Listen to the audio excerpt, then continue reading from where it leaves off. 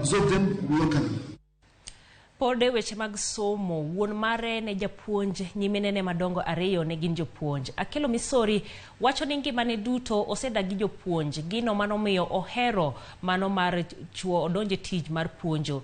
Dwaro mar neno ni jopuonj ochul maber nomiyo odonjo e riwruok mar jopuonj e higa 1993.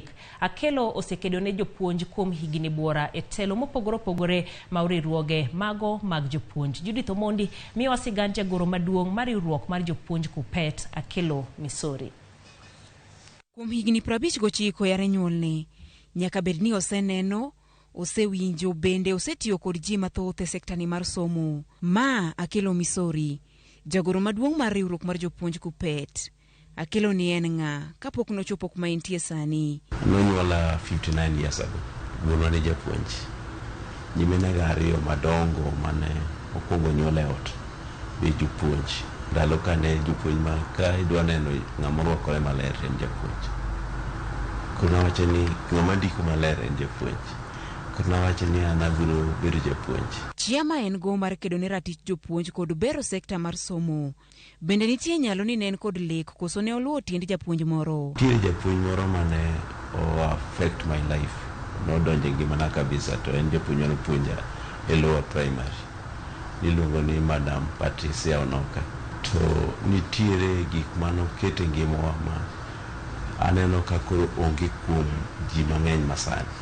Ni en mar kido ne omiyo aneno ni kan kabedo japuonj to bedo japuonj machalo kaka Patricia Onoka. Dongo mare, somo mare, chako tich, bende ne en gi lek mar donjo e riwruok mar jopuonj. Kabedo appointed kaka japuonj ma koro se bedo gi lony mar puonj, to nabedo posted Migori Secondary School. Ne okan gi paro mora mar donjo kata e union. Kane onge gi dwaro mar donjo e riwruok mar jopuonj, kare yamo nolokore gi kanye. The teachers agitation campaign no dhi e court, industrial court, and KNUT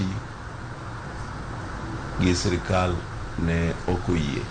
Maendi gima no ochiero in mi in 1993. Ito karango mane jo KNUT otere court. Representation no often ni okber. Representation Marnat ne okber.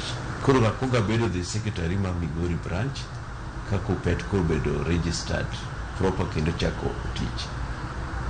Kaito bang'e abedo national chairman mar Kupet in 2006. Yare higa 2006 nyaka chieng' kawuono osebedo e komni mar jagoro maduong' mar Kupet. Bende nitie lokruoge ma Akelo puoyo kaka madongo ma osekelo e sektani mar somo. Chon ne jopuonj king'iyo ngimagi tiyudo ni kidwa ng'eyo ni jopuonj nitiere e bura moro tineno ndigni mang'eny mopang kanyo. Kata kidwaro ng'eyo ni jopuonj karo biro ka tiyudo ka jopuonj bugru 5 literature ene motweye ng'e ndigni. Giche ni jopuonj ne ng'iewo mauta dichiel kende dwe. Kurumo to koro gimbe gidhi ng'iewo mono moko ming'iewo gi chupa matindo cha. Jopuonj wasegolo kanyo.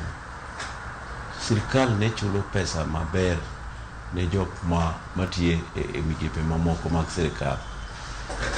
To jopuonj ne ok yud kamano. Jopuonj chon kane dwaro dak e ot, ka ot ok yudo ma sikul ogeroni, tidhi ikawo fut.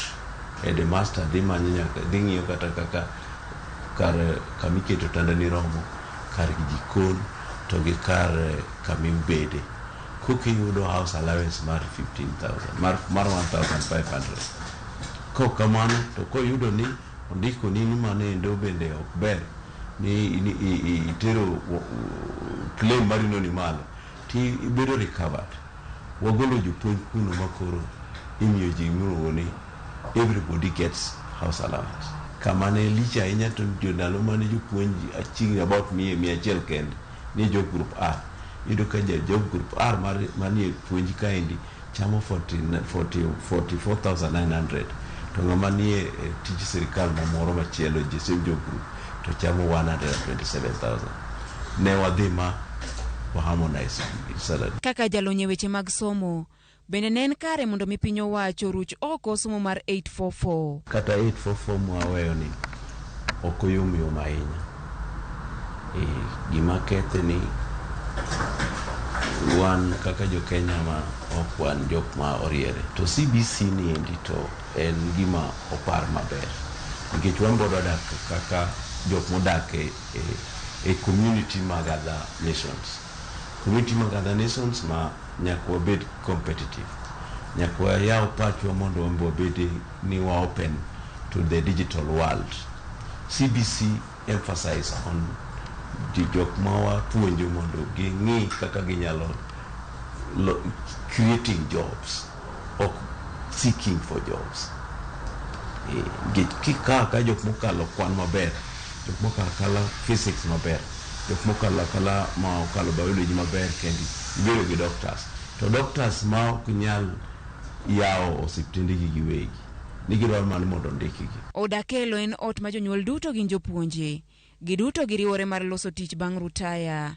Ma en moko kuom yore ma gikone giduoko lwetgi ne jopiny bang' tiyo kuom kinde malach. Rose Hill Primary School en sikul ma gigero kaka mich ne alwora ma gidakie. Nad gi dream ni finally ka retire tabed gi school ma high school mar dhi puonjo subjects mana timra nade mana puonjo. Koro I thought na brogero high school, but Akelo no convinced me mondo agero a primary school. It is going to have a great impact. Pokwa bedo gi the impact mwa desire.